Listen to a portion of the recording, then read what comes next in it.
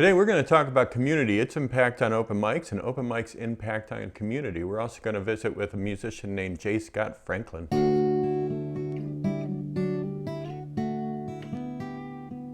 Hey, welcome to Charlie's Open Mic. If you appreciate this content, please hit the subscribe button. If you're looking at this on YouTube, the subscribe button is right over here.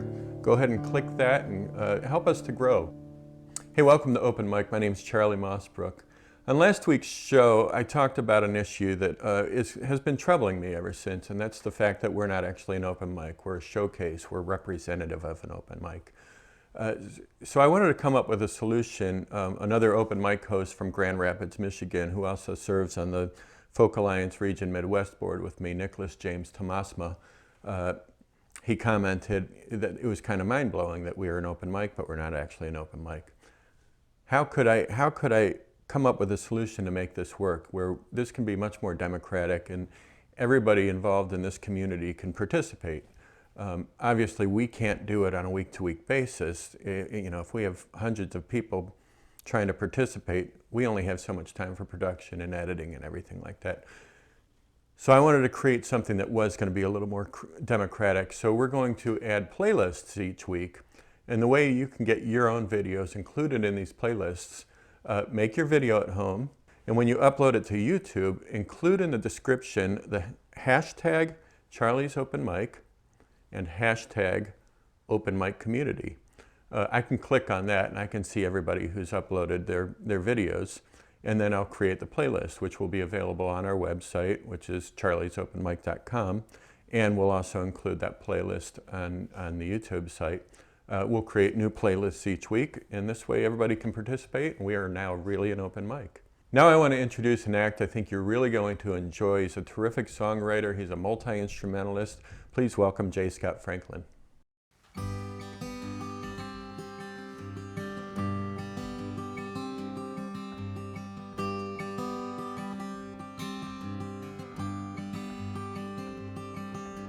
I can't shake the mountains from my bones. People's all that makes me feel alone. Heaven's where I'm always coming from when I don't know where I'm going.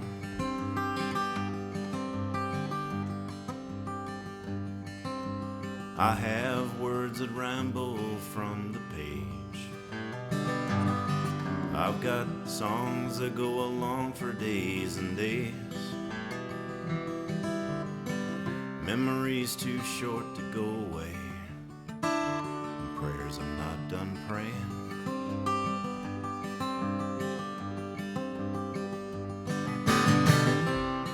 And if I ever have my way, I'm gonna wake up where the sun shines far and wide, where everything I love is all that's on my mind, where the only thing that ever gets me high is when I look into your eyes. Will I ever feel the sun again? In a cold, cold place where the clouds keep closing in. To me, I'm just another long-lost friend I want to see again.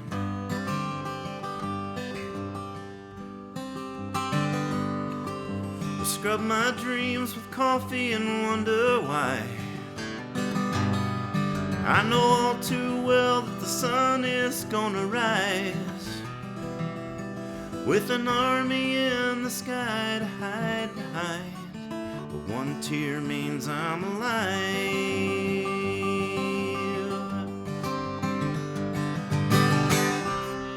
And I can see it in my mind. I'm gonna wake up where the sun shines far and wide, where everything I love is all that's on my mind, where the only thing that ever gets me high is when I look into your eyes.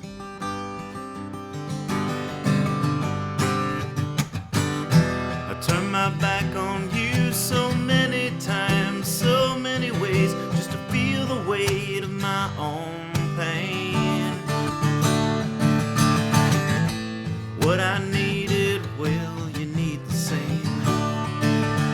another hand to hold the fragile edge of a drifting dream.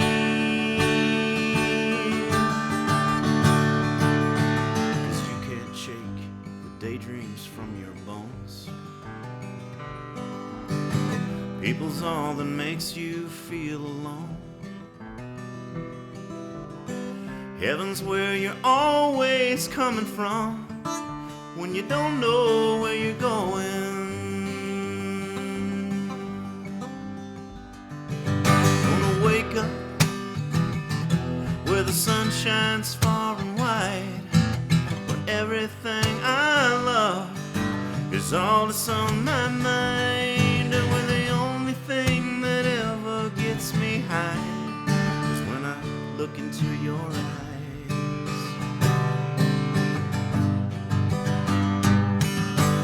Wake up where the sun shines far and wide, where everything I love is all that's on my mind, and where the only thing that ever gets me high is when I look into your eyes. When the only thing that ever gets me high is when I look into your eyes.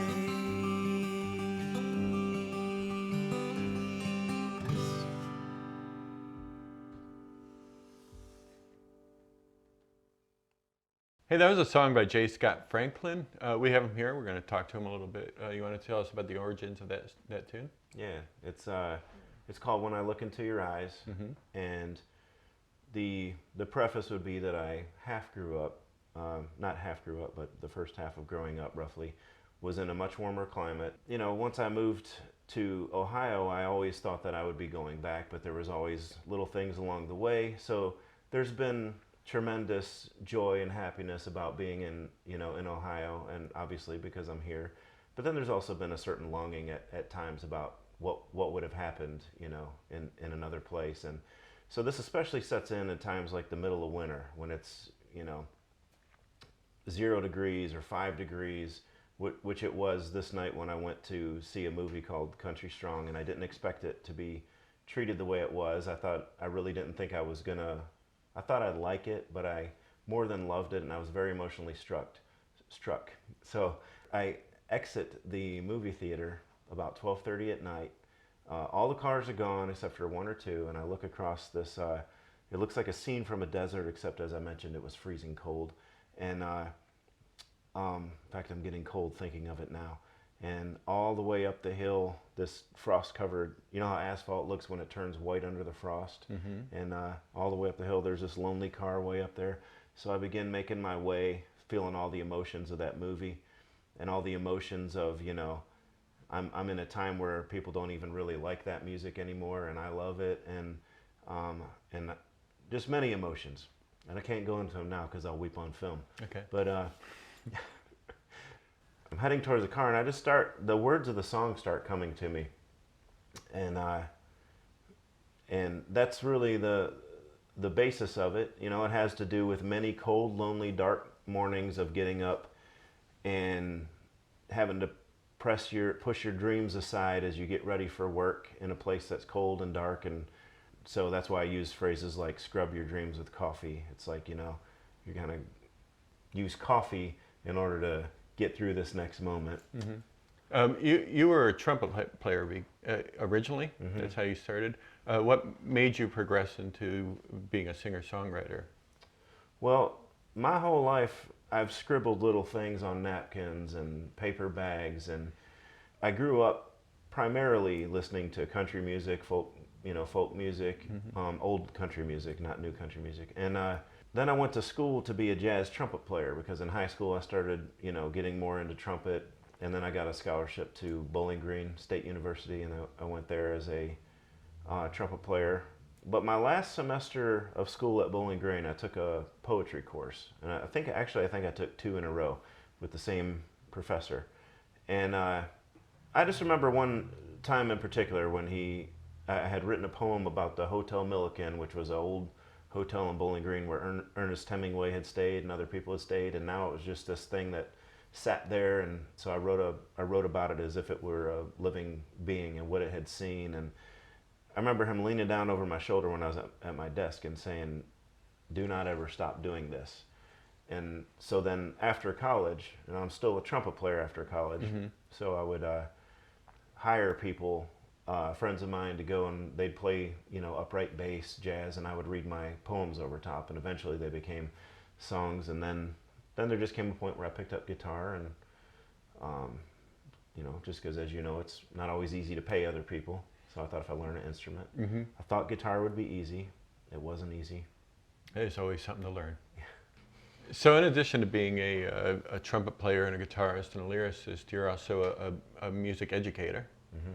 And you work with kids of what age? From 8th grade down to preschool. I saw a photo the other day on social media. Can you tell us a little bit about that photo and where you were? We were at University Hospital, and I teach in a semi-urban environment, and my job there is to be a general music teacher. I have an amazing principal that has worked it out so that I can have some time during the week to do a band, and also 2 choirs, so one with some older kids and one with some younger kids. But what I did this year was I changed having it by age and more by dedication and voice qualities to be into the in our top choir, which is about 16 children.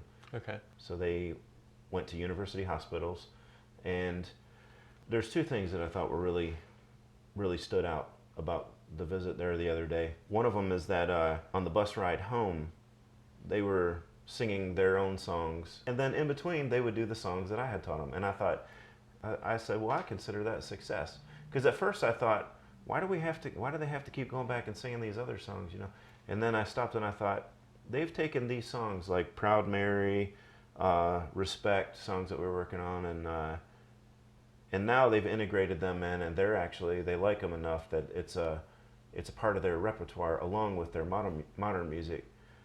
And tying into that would be that, they don't see those, they just think of them as old songs, some of the songs that I presented to them. And so they don't see the bigger picture. But when we got to the university hospitals and performed those songs, they saw a whole room of people liven up and respond and, stand up, sit up straight, or start to move because of these songs that meant something to those people.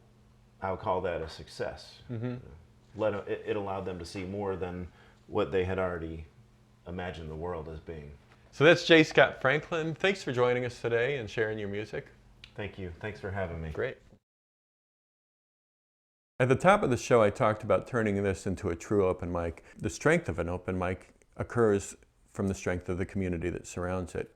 And giving you an opportunity to participate by uploading your own videos is one attempt I have at trying to build this community. So I'm reaching out to all of you to help us create this scene and to build this community. Hit the subscribe button, upload your videos, include that hashtag Charlie's Open Mic, hashtag Open Mic Community, and let's let this thing grow.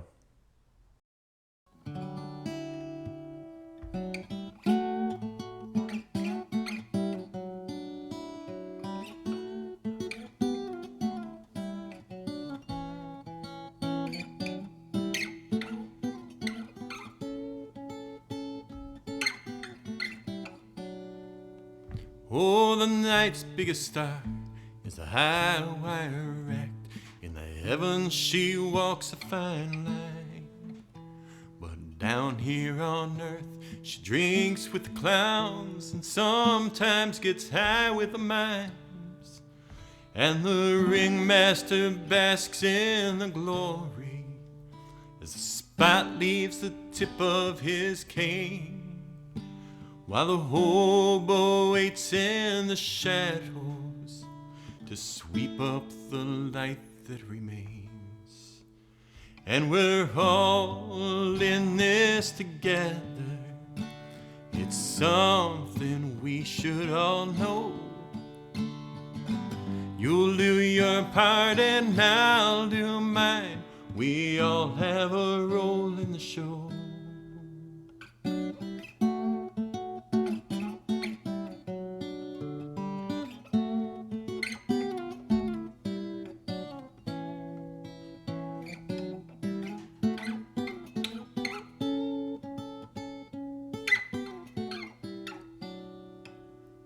as the big top rises above us, we'll look to the high-flying man.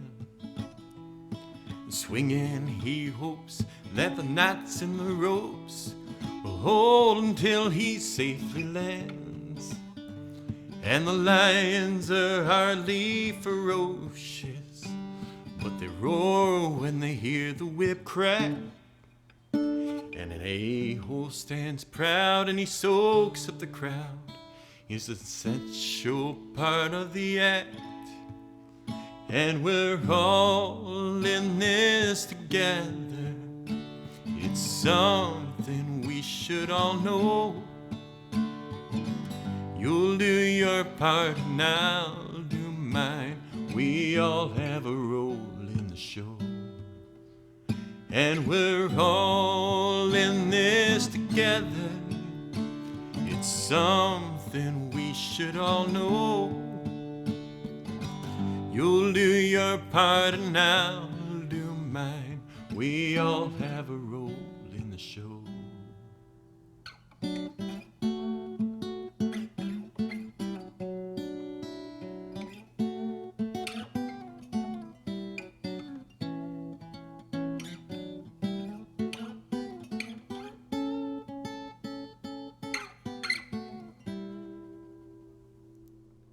Hey, that's Charlie's Open Mic. Thanks for joining us this week. Thanks to J. Scott Franklin for being our musical guest. Please hit the subscribe button right over there, and we'll see you next week. Thank you. Also, check us out on Patreon.